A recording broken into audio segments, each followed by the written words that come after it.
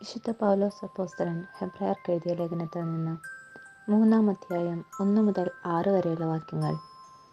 സ്വർഗീയ വിളിയിൽ പങ്കാളികളായ വിശുദ്ധ സഹോദരരെ, നാം ഏറ്റുപറയുന്ന വിശ്വാസത്തിൻ്റെ അപ്പോസ്തലനും ശ്രേഷ്ഠ പുരോഹിതനുമായ യേശുവിനെ പറ്റി ചിന്തിക്കുവിൻ. മോശ ദൈവത്തിൻ്റെ ഭവനത്തിൽ വിശ്വസ്തനായിരുന്നതുപോലെ അവനും തന്നെ നിയോഗിച്ചവനോട് വിശ്വസ്തനായിരുന്നു.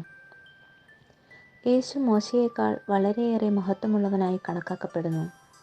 വീട് പണിതവൻ വീടിനേക്കാൾ പ്രാധാന്യമർഹിക്കുന്നതുപോലെ തന്നെ. ഓരോ വീടിനും നിർമ്മിതാവുണ്ടല്ലോ, എന്നാൽ സകലത്തിൻ്റെയും നിർമ്മാതാവ് ദൈവമാണ്. പറയപ്പെടാനിരുന്ന കാര്യങ്ങൾക്ക് സാക്ഷ്യം നൽകുന്നതിന് ദൈവത്തിൻ്റെ ഭവനം മുഴുവനിലും മോശ ഭൃത്യനെ പോലെ വിശ്വസ്തനായിരുന്നു. ക്രിസ്തുവാകട്ടെ അവിടുത്തെ ഭവനത്തിൽ പുത്രനെ പോലെയാണ്. ആത്മധൈര്യവും പ്രത്യാശയിലുള്ള അഭിമാനവും അവസാനം വരെ നാം മുറുകെ പിടിക്കുമെങ്കിൽ നാം അവിടുത്തെ ഭവനമായിരിക്കും.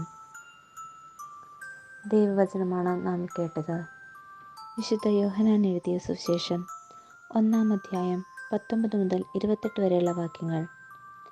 നീ ആരാണ് എന്ന് ചോദിക്കാൻ യഹൂദർ ജെറുസലേമിൽ നിന്ന് പുരോഹിതന്മാരെയും ലേവ്യരെയും അയച്ചപ്പോൾ യോഹന്നാൻ്റെ സാക്ഷ്യം ഇതായിരുന്നു: ഞാൻ ക്രിസ്തുവല്ല, അവൻ അസന്നിഗ്ധമായി പ്രഖ്യാപിച്ചു.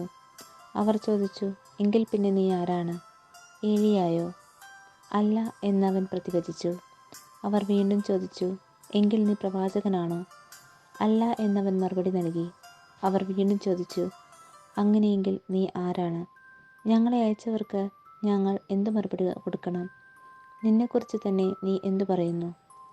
അവൻ പറഞ്ഞു, യേശയ്യാ ദീർഘദർശി പ്രവചിച്ചതുപോലെ, കർത്താവിൻ്റെ വഴികൾ നേരെയാക്കുവിൻ എന്ന് മരുഭൂമിയിൽ വിളിച്ചു പറയുന്നവൻ്റെ ശബ്ദമാണ് ഞാൻ.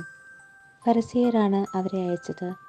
അവൻ അവനോട് ചോദിച്ചു, നീ ക്രിസ്തുവോ ഏലിയായോ പ്രവാചകനോ അല്ലെങ്കിൽ പിന്നെ സ്നാനം നൽകാൻ കാരണമെന്ത്?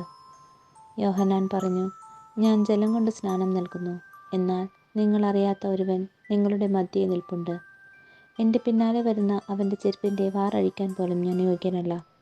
യോഹന്നാൻ സ്നാനം നൽകിക്കൊണ്ടിരുന്ന ജോർദാൻ്റെ അക്കരെ ബഥാനിയായിലാണ് ഇത് സംഭവിച്ചത്.